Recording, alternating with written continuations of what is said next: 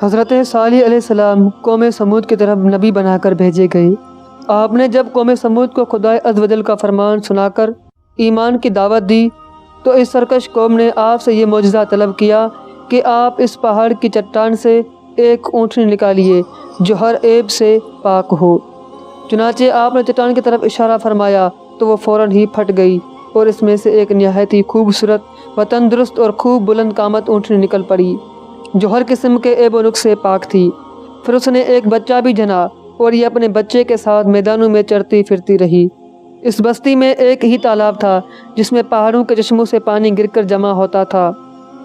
حضرت نوح علیہ السلام نے اپنی قوم سے کہا، لوگو یہ معجزے کی اونٹنی ہے، ایک روز تمہارے تالاب کا سارا پانی یہ پی ڈالے گی اور ایک روز تم لوگ پینا۔ قوم نے اس کو مان لیا۔ پھر آپ نے قوم سمود کے سامنے یہ تقریر فرمائی کہ اے میری قوم، اللہ کی عبادت کرو، اللہ کے سوا کوئی بھی عبادت کے لائق نہیں ہے۔ بے شک تمہارے پاس تمہارے رب کی طرف سے روشن دلیل آئی، یہ اللہ کا ناکہ ہے تمہارے لیے نشانی، تو اسے چھوڑ دو کہ اللہ کی زمین میں کھائے اور اسے برائی سے ہاتھ نہ لگاؤ کہ تمہیں دردناک عذاب آئے گا۔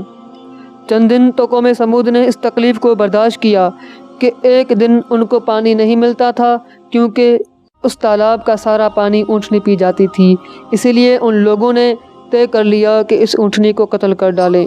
چنانچہ اس قوم میں قدار بن سالف جو سرخ رنگ کا بھوری آنکھوں والا اور پستہ قد آدمی تھا اور ایک زناکار عورت کا لڑکا تھا، ساری قوم کے حکم سے اس اونٹنی کو قتل کرنے کے لیے تیار ہو گیا۔ حضرت صالح علیہ السلام منع ہی کرتے رہے لیکن قدار بن سالف نے پہلے تو اونٹنی کے چاروں پاؤں کو کاٹ ڈالا، پھر اس کو ذبح کر دیا اور انتہائی سرکشی کے ساتھ حضرت صالح علیہ السلام سے بے ادبانہ گفتگو کرنے لگا۔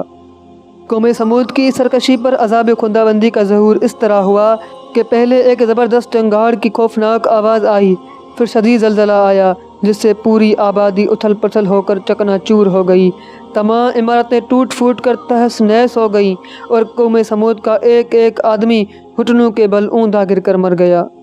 حضرت صالح علیہ السلام نے جب دیکھا کہ پوری بستی زلزلوں کے جھٹکوں سے تباہ و برباد ہو کر اینٹ پتھروں کا ڈھیر بن گئی اور پوری قوم ہلاک ہو گئی تو آپ کو بڑا صدمہ ہوا اور آپ کو قوم سمود اور ان کی بستی کے ویرانوں سے اس قدر نفرت ہو گئی کہ آپ نے ان لوگوں کی طرف سے منہ پھیر لیا اور اس بستی کو چھوڑ کر دوسری جگہ تشریف لے گئے اور چلتے وقت مردہ لاشوں سے یہ فرما کر روانہ ہو گئے کہ اے میری قوم، بے شک میں نے تمہیں اپنے رب کی صلاحیت پہنچا دی اور تمہارا بھلا چاہا مگر تم بھلائی پسند کرنے والوں میں سے نہیں ہو۔ خلاصہ کلام یہ ہے کہ قوم سمود کی پوری بستی برباد و ویران ہو کر کھنڈر بن گئی اور پوری قوم فنا کے گھاٹ اتر گئی کہ آج ان کی نسل کا کوئی انسان روئے زمین پر باقی نہیں رہ گیا۔